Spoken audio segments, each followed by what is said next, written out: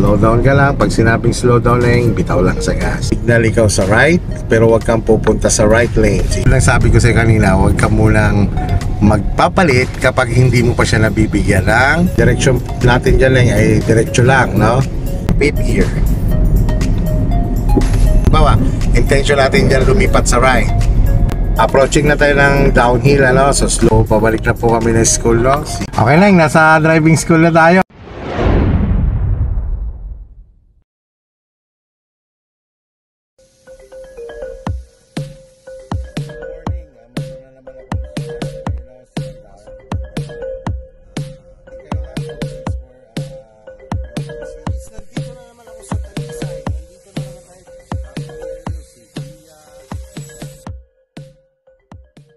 Okay, nandito na si Summer sa bypass road. Slow down ka lang. Pag sinabing slow down lane, bitaw lang sa gas.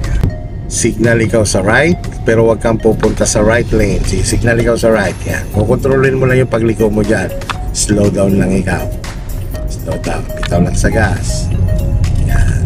Tapos pag bumagal, gas lang ikaw bahagya. Gas na. Yan. Para makontrol mo yung pagliko mo. Sige. Yan.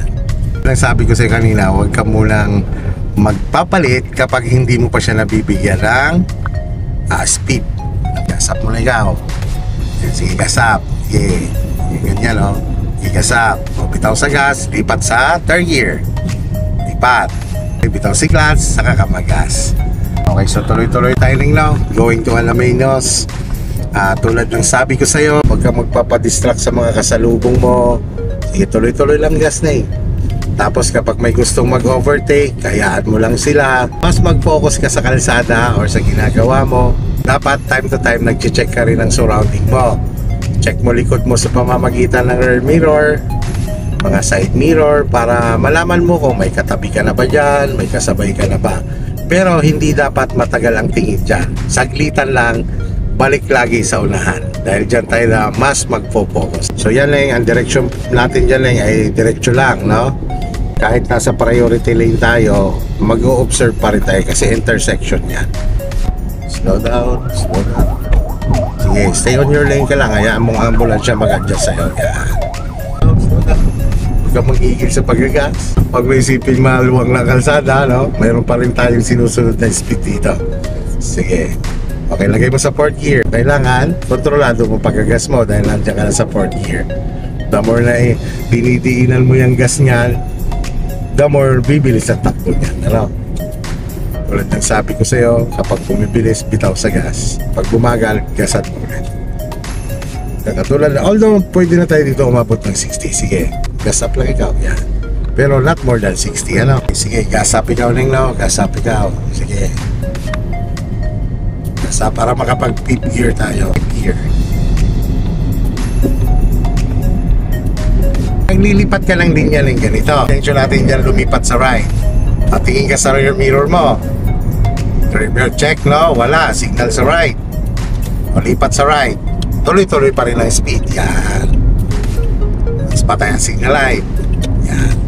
Stay on your lane lang. So, kontrolado pa rin ang mga curve na gano'n, no? Medyo control. Bitaw sa gas. Yan. So, pinapa-experience lang natin mga kuya, no? Na kung anong pakiramdam tumatakbo ng 80 km per hour. Slow down ikaw lang. Slow down lang, bitaw lang sa gas, huwag kang magagas. Approaching na tayo ng downhill, ano? So slow down lang ikaw, bitaw lang ikaw sa gas. Ang paa mo niyan, mas nagpo-focus na sa pag-brake. Alalay ka ng brake, alalayan mo siya. Bitawan mo lang pagka bumagal. Alalay ka na, more on control lang sa sasakyan. So pumagal siya ulit, bitawan mo lang ulit si brake. Kung magagas ka man, bahagya lang. Nandiyan ka na sa downhill, ang paa mo niyan ay more on naka-brake na lang, ano? Katulad niya, no? Wala na dapat sa gas ang paa mo, naka-brake na. May pa ng brake. So, lipat mo sa third gear ngayon. Ilalay lang ng brake, lipat mo lang sa third gear. Lipat mo. Yan, bitaw si clutch. Sabay alalay ng brake. Yan. More on alalay lang, alalay, bitaw, alalay, bitaw.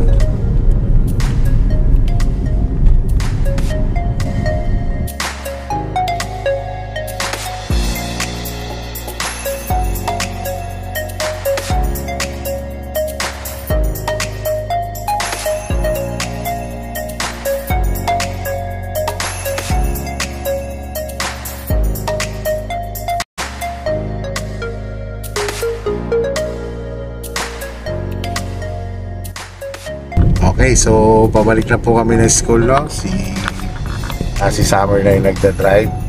So pinasusunod lang natin siya dito sa may karga ng heavy equipment para masubukan natin kung siya ba ay maiinip, you know?